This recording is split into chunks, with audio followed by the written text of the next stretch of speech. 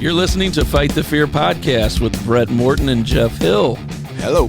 Come on in, grab a beverage, grab a seat, and let's talk some mysterious happenings in the universe. Oh, yeah. Montauk, New York, right on the coast. Mm-hmm. Way back in the day. Late 40s, early 50s. I believe it was 1940. What did I put? 42 through 44. There was a military base built, and they wanted it to be like an advance warning kind of thing, being out on the coast, worrying about naval attacks and things like that. Yep, from the east. Yep. So they disguised this place to look like a fishing village. So from the air, it looked like a fishing village, but there were these big guns, long guns in the walls of these cement structures they built in the woods and stuff. You can still go there today, and it's a park now, but everything's sealed off with cement. And I recently saw a video where somebody went in and found some of the old buildings. They're crumbling away. So if you get a chance, Montauk, Camp Hero, I think they called it. A lot of stuff went on there. The Air Force took it over in the 50s. They put up a big satellite rotating dish, and it gave off all these different vibes of Big Brother. You know, a lot of conspiracy theories came out of the place. Some of the things that people have theorized before I'll get into this other stuff, but some things that people have theorized were that there were experiments taking place there with time travel, with projecting your mind, invisibility, like cloaking, things like that. Remote viewing. Remote viewing is how they called it. Yeah. Oh. The other one was with the satellite. You could project beams from the satellite that could affect your enemies. It could affect people around you. It could. You could set vibrations at a certain frequency and feed information to people and sort of control them. So there's all these theories about that, controlling people, controlling the weather, all this stuff. And those live on today. And, you know, here's the thing.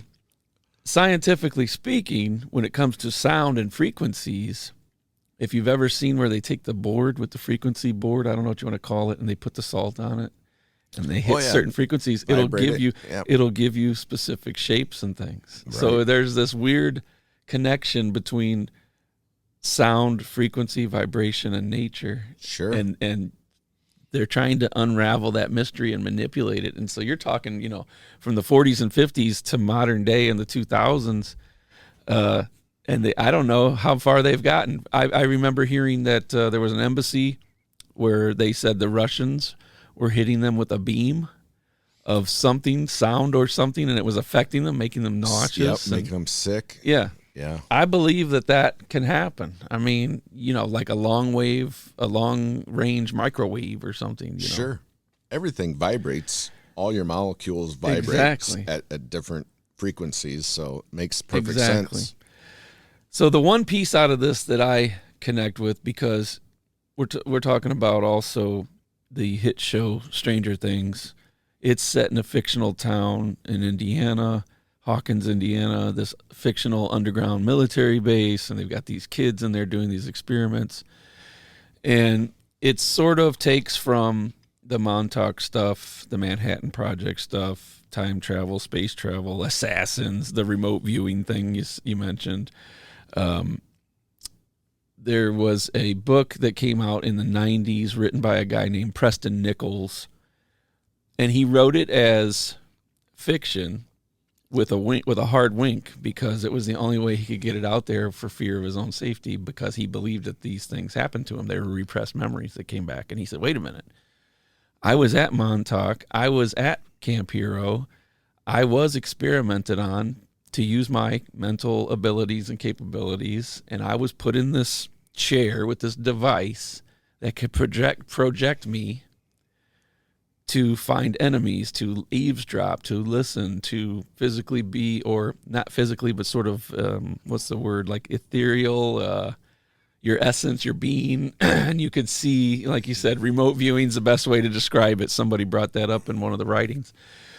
to remote view and report back what I'm seeing of the enemy. And he felt like he actually was there. And he had these memories that this happened to him. Mm-hmm. And he described, and other people described later on, there was this chair in this room with all this equipment, and you'd sit in the chair, and it would, you'd be strapped in, and they'd turn this thing on, and it would project you like an astral projection at will rather than a dream. A lot of people say they have out-of-body experiences, and maybe it's just a waking dream, or there's just so many different levels with sleep and things, or sleep deprivation and stuff like that.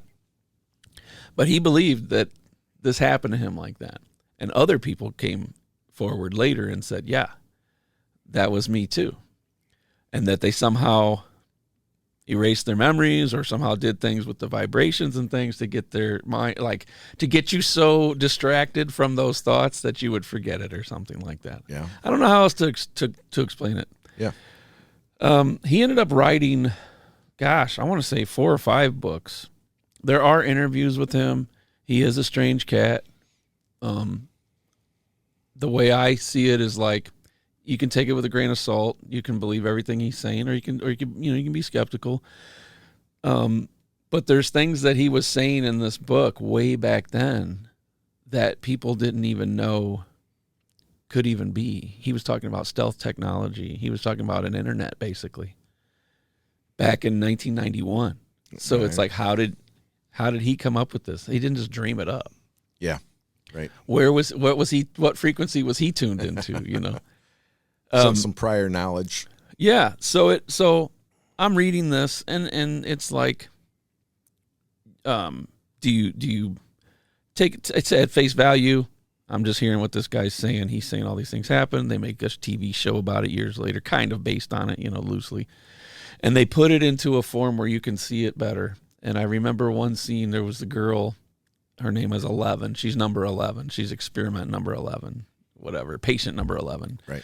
And the guy that's overseeing it is like the father. The doctor is the father, the adoptive father, whatever. And the military or something is pressing him for results, and he's telling them, I need more. You know how it is. They put that in a movie, so there's like that drama. I need more time. I need more funding, all that kind of thing. And it kind of mirrors what was going on here, because like we loosely touched on talking about the Men Who Stare at Goats, Project Jedi. They said they wanted to stare at a goat until it died. They wanted to use the power of the mind and all this. And they said that absolutely zero useful information came from that program, but there's people from that program that claim, well, that's what they think. That's because there were other things that did happen, not necessarily the result they wanted. The military wants a weapon. They didn't get the weapon, but we got this. They found other ways to use that. Yeah. Mm-hmm. And I do believe that the power of the human mind has such a potential that's untapped, that it's like a universe inside your head. Like, remember, what was that movie, Men in Black, where the cat had the little thing on its necklace and the necklace had a galaxy in it? I feel like that's inside your mind. There's a galaxy in there. Sure. I believe that we can time travel in our minds. And people say, oh, well, sure, because you're sitting Memories. there. You're remembering. But I believe you can put yourself in sort of a state of maybe meditation, maybe trance, and you can take yourself anywhere you want. And I think what the mind thinks or believes, your body believes too. Exactly. So in that way, it must be true, right? Mm-hmm. Whether you think I'm full of shit or not, it's an interesting concept for sure. But where's the kid? Bullshit. Where's he at? Yeah, maybe a little bit, but so who knows? I'm going over to deep. I'm Who's to say? I'm going deeper on that side. Yep. But I'm trying to remain sort of devil's advocate, because I also want to say bullshit. But there's things that happen in life that you just can't quantify. You can't put it in a bucket, and you try to figure it out. And we get all these things lumped into each other. We get the little green men bumping into all these other things, then angels and demons and ghosts and goblins, and So you just kind of got to wade through and pick out the ones that maybe you've had an experience with. So my experience is kind of in line with this projection, this mind projection thing. Okay. I had an experience. I think I had it. I don't want to say I think, but I think it was 3 times total. But the first time it happened, I thought it was a dream. But something happened to convince me otherwise. So I was traveling with my parents. I think I was 20 years old.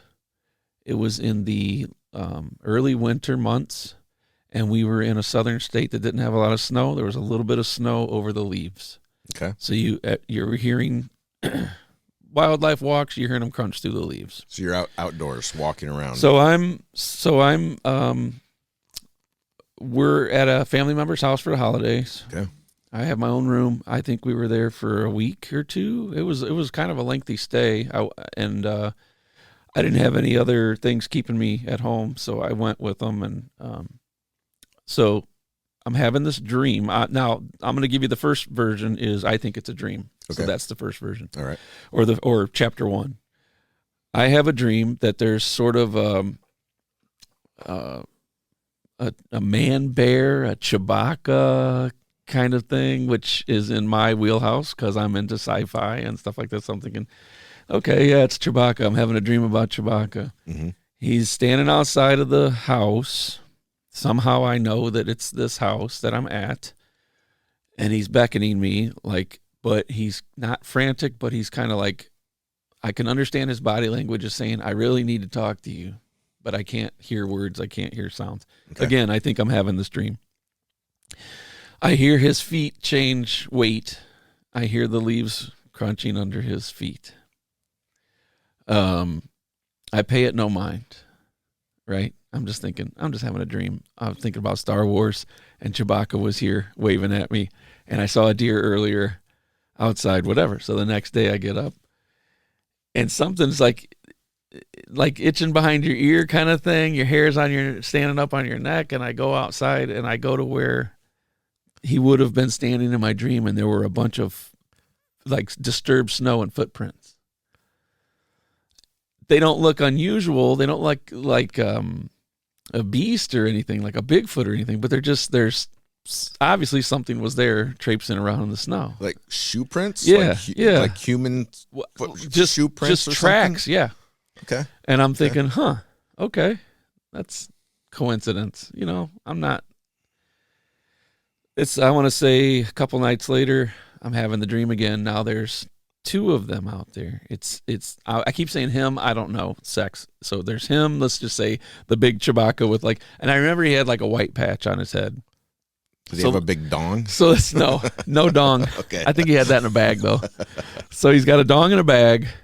He's got a white patch of hair, and there's a shorter one with him. And like I said, they're like these hairy creatures, kind of like a long-haired gorilla or something. Okay. I don't know how else to explain it. Humanoid, but I don't know. Didn't seem threatening. Okay.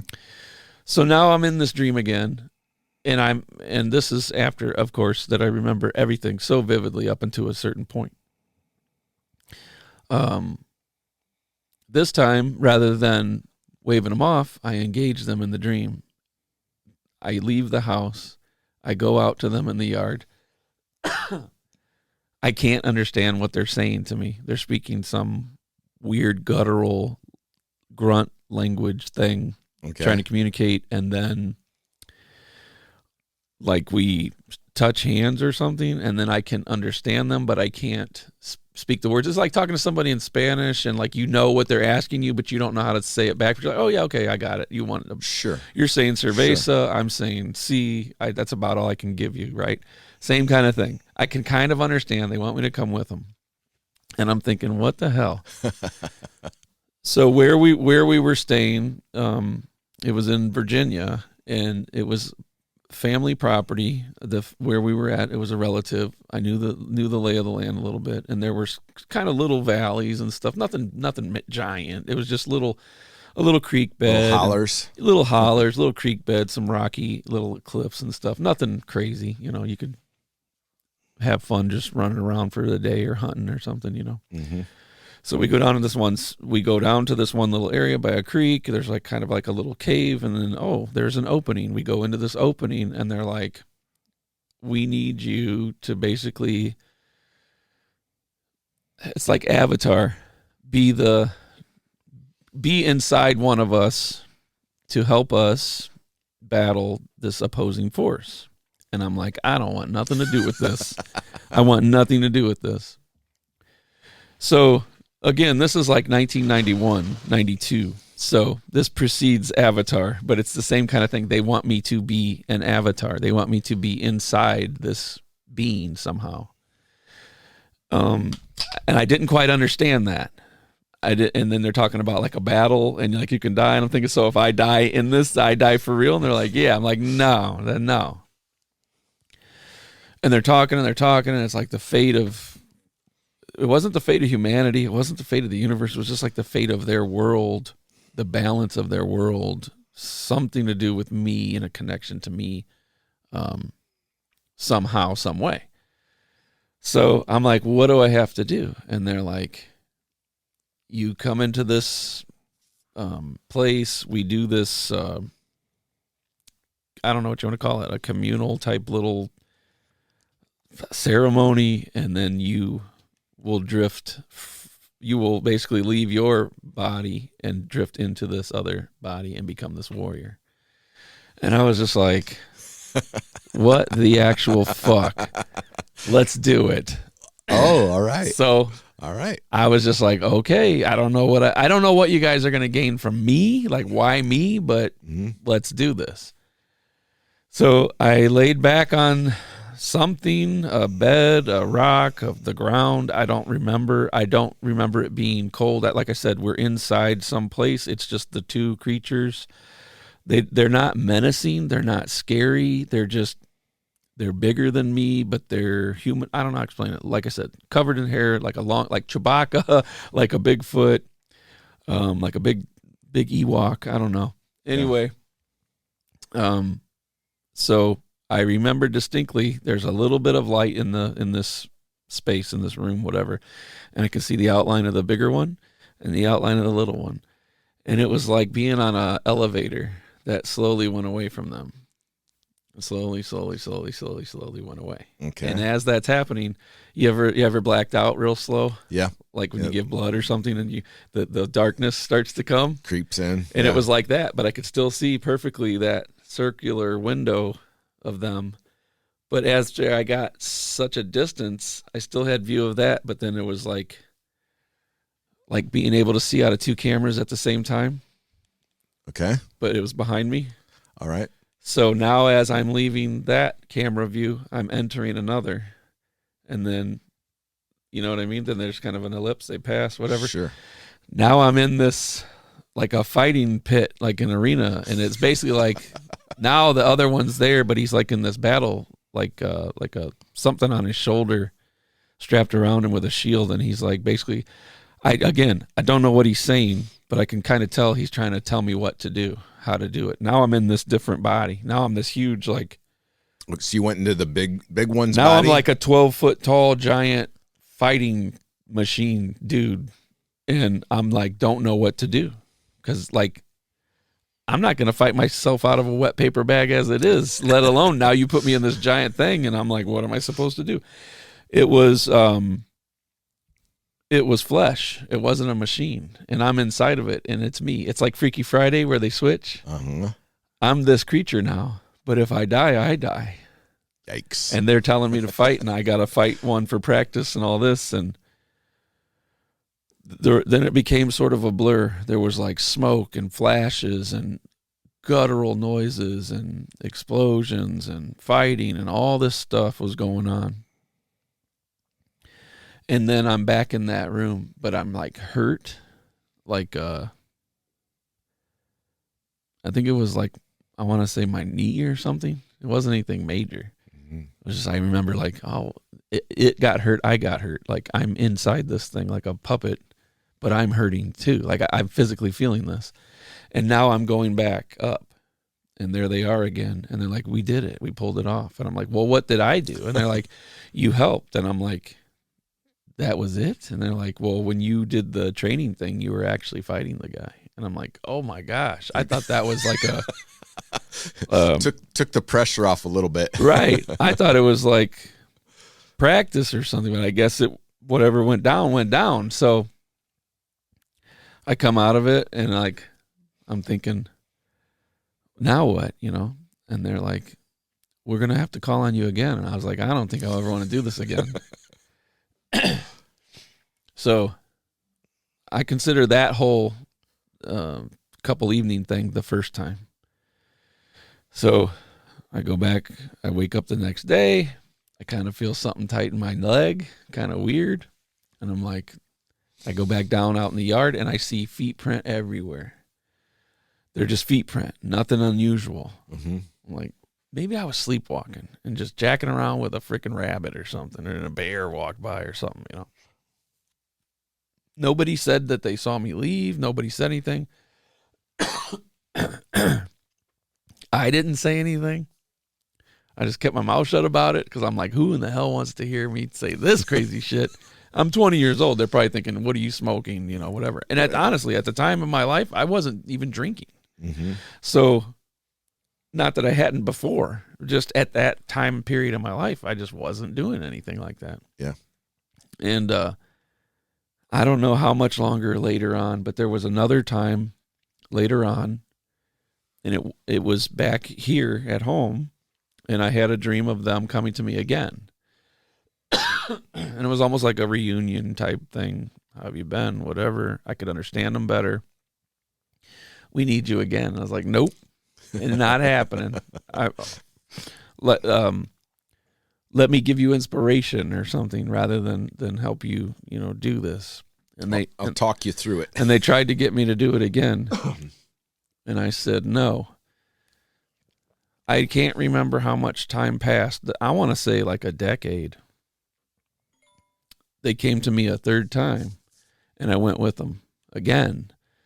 And I remembered this time it was like, instead of being like blurry, like a dream, I remembered being like in their land or their realm or whatever.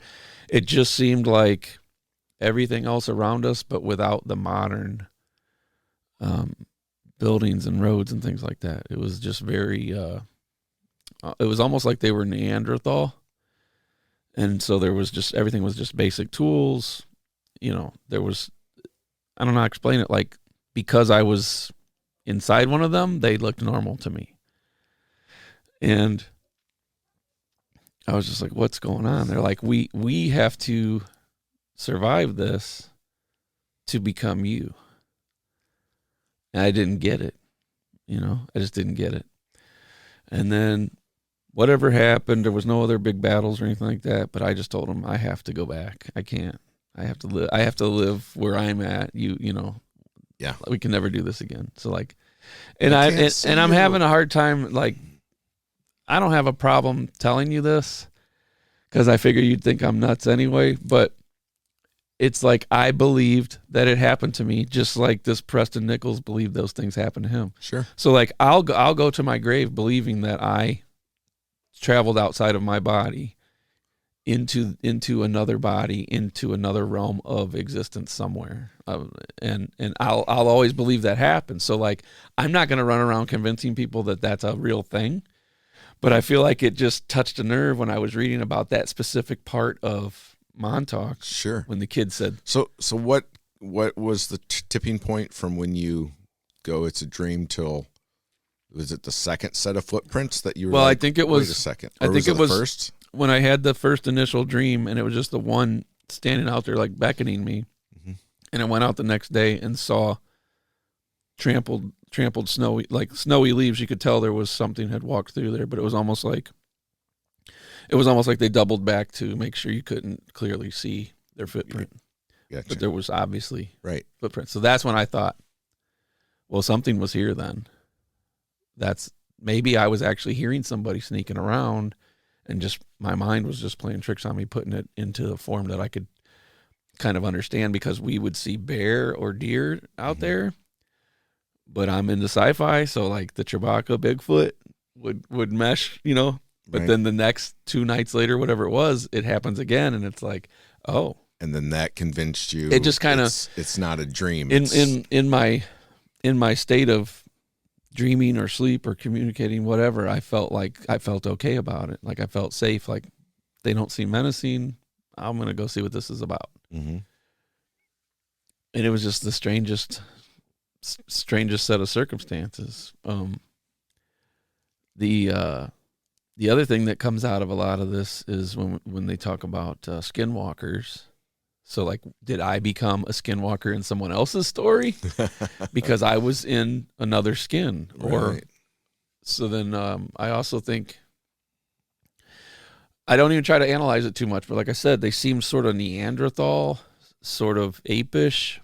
So, like, did I go back in time? Did I just go back and see something, and then you need to know that this is important to go forward, whatever. I don't know. Or did they come forward? I don't know that anybody went. I don't know that anybody went any direction. I just think that the portal that we went through to be together took me to where they were, maybe not necessarily when they were. Yeah. Because sure. maybe there's a parallel. There's theories that there are multiple universes in parallel going at the same time, right, with different happenings. We're on other ends of the table. We're different color. We're different size, different sex. We took a left instead of a right. You know what I mean? Like, there's theories out there that or the same time or the same evolution, so to speak, but maybe on different timelines. So maybe they're going to be where we are, but it's going to take 100,000 years or whatever. Yeah. Yeah. So, hey, like, who am I to say? And they, and it's like, for some reason, since then, because before then, I never gave things like that a thought. Mm-hmm. And when that happened, and I remember that time that I said, I'll go back, and I did it again, and it was the same process. And then that other time where I said, I can't do this. So we have to just let happen what's going to happen. We can't change. Maybe that was part of my subconscious talking to me. I'm trying to make a sense of it, But there have been things that have happened since then with other people there that saw the same thing, to where you have to say, okay, we saw something, but what was it? Well, if it can happen to you without the sophisticated thought and equipment, now if they were doing that back then, purposely trying to get somebody to teleport, transport, right? Then so they opened a wormhole. Huh? Or reading this stuff now, what if there was something nearby that was transmitting a frequency that would make you have these dreams, that would make you have these thoughts, mm-hmm. and drive you crazy, or drive you to a place, time, whatever. I don't know. On the very basic level, it's like subliminal messaging, right? Yeah. Either a flicker on a show you're watching, movie or something. They just so fast you can't perceive it with your naked eye, but your subconscious does. Yeah. Same thing with audio cues, right? They could do that. So it's just another few steps up from there, where they're just, maybe you don't understand the words or the sounds that's being projected, or you can't even hear them.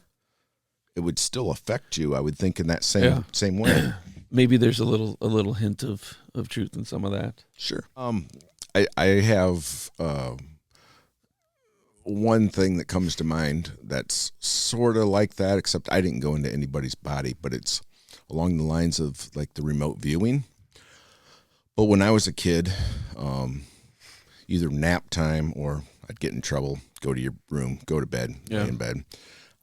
5, 6, 7, 8 years old, all in that range. And it happened multiple times. I couldn't tell you how many, maybe 15, maybe 20, something like that. But I would lay in bed and I could see myself in bed from the corner of my room, like somehow outer body I experience. was out of my body. Yeah. Looking down at the room, I could see everything in the room, my bed, me laying there. And I don't remember if I was asleep when I was viewing myself, but I could definitely move. I wasn't like paralyzed or something, but and it wasn't like that long, maybe a few minutes or maybe a few seconds, maybe 20, 30, 40 seconds, whatever, a minute or two, that I would be up there and can see myself. And I couldn't make myself do it, but then I haven't been able to do it since then, or Right. it hasn't happened to me since then, but probably a dozen times or more. Could have been, and random times too throughout those maybe 3 or 4 years. Yeah. Weird stuff. It could have been a reaction, your subconscious reaction to the stress of being told to go, you're in trouble, basically. Right. And then that's one of those things, like that's what I was kind of wanting to try to say before, was like, maybe these are abilities that we have that we can't figure out how to grasp enough to control or to repeat, to make happen again. We always heard when we were kids, we only use 10% of our brain. Exactly. I heard that so many times. You only use 10%. Maybe there's some truth to that. And maybe it's just because they didn't know how the brain works and still doesn't fully understand it. But maybe there's some truth to that exactly. Like we have the abilities that we don't know how to access or control. Yeah. Sometimes maybe that's a good thing. But, I would think there's a lot of untapped potential in the mind for sure. Yeah, and I think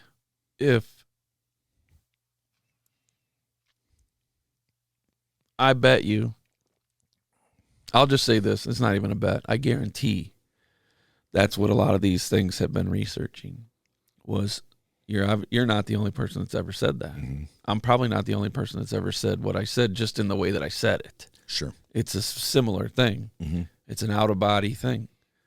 It just so happened that in this sort of dream state, someone's telling me how to do it, and you were in a dream or in a state of you were incapacitated of control of your physical, but your spirit or whatever, the mind, the essence, the consciousness. There's got to be in there somewhere a panel, a little guy with a control that you can get a hold of and you can steer it. And so I know that's what a lot of this research has been doing, trying to find a way to control that. And I know there's probably more success in that way than anybody's ever going to know, because first and foremost, if someone figures that out, they don't want anybody to know, because there's got to be a way to either weaponize it or commercialize it. Sure. So get an advantage. Exactly. Yeah. So that's, to me, the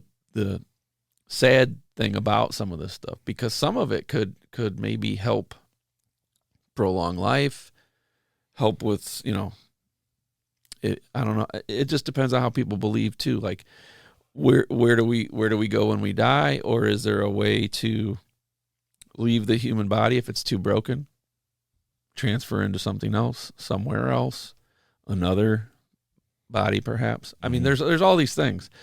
And it's not to tip the apple cart over and start kicking around all these theories, but it is too, because why not? That's what we're here for. Well, there's so many stories of people that are under anesthesia, like they're having surgery and they can see themselves having surgery.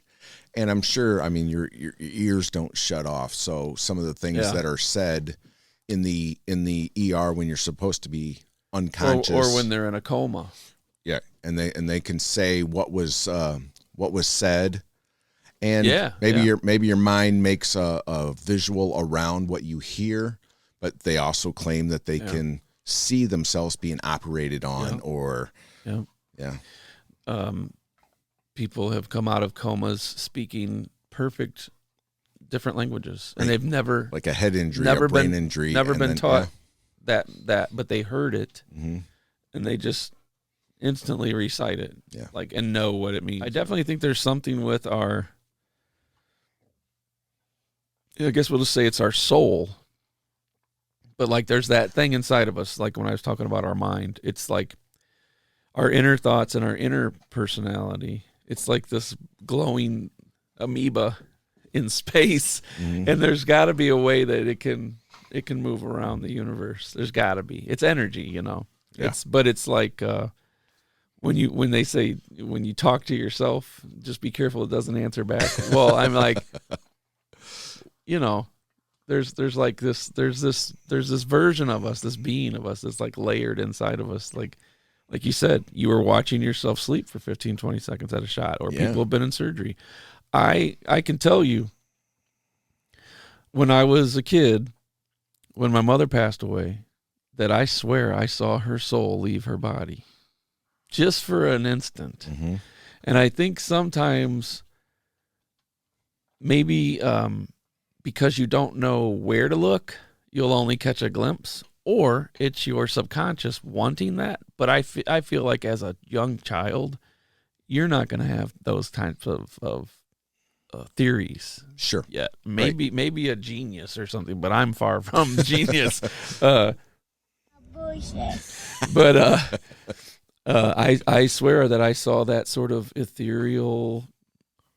I don't want to say ghost because it wasn't ghost. It was like a sparkly, the energy, light colored energy. Sort of just her eyes rolled back, and that form of her just drifted up, and so you'd say, well, going to heaven. No, I think it was because maybe that's your essence is lighter than air, so it's going to float. Mm-hmm. And then where does it float to? Or does it have control of it? Or what happens? You know, but they say if it's energy, that energy never stops. Never dies. So it just transforms. So there's shape. like scientific ways to prove out some things, but then, like I said, to think it and have it appear, that's different. But like, you can quantify energy coming out of your thoughts. You can quantify the vibrations having an effect on your body, and the signals passing through you and things like that. So. Right.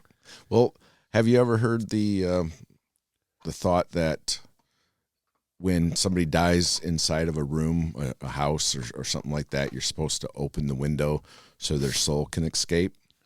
Have you heard that? Not really, but I understand what you mean. Yeah. So maybe there's something to the actual, yeah. You know? I mean, I've often thought, like, when it comes to like haunted places, I'm like, well, if you tear it down, it ain't haunted no more. And it's like, I don't know. I have my thoughts on that too. Yeah. That's probably another episode, but I think this was a good one. Yeah, absolutely. It just touched the I'm tip of the iceberg. And I'm looking forward to seeing what kind of dreams we have after this, and we come back next time and go, oh shit, oh yeah, I saw that furry dude in the street. Out of body experiences. He had a sign up that said, we'll avatar your body in a battle for food. All right. All right. So some people think, but I think, hello, motherfucker. That's what I think. But right. Yeah.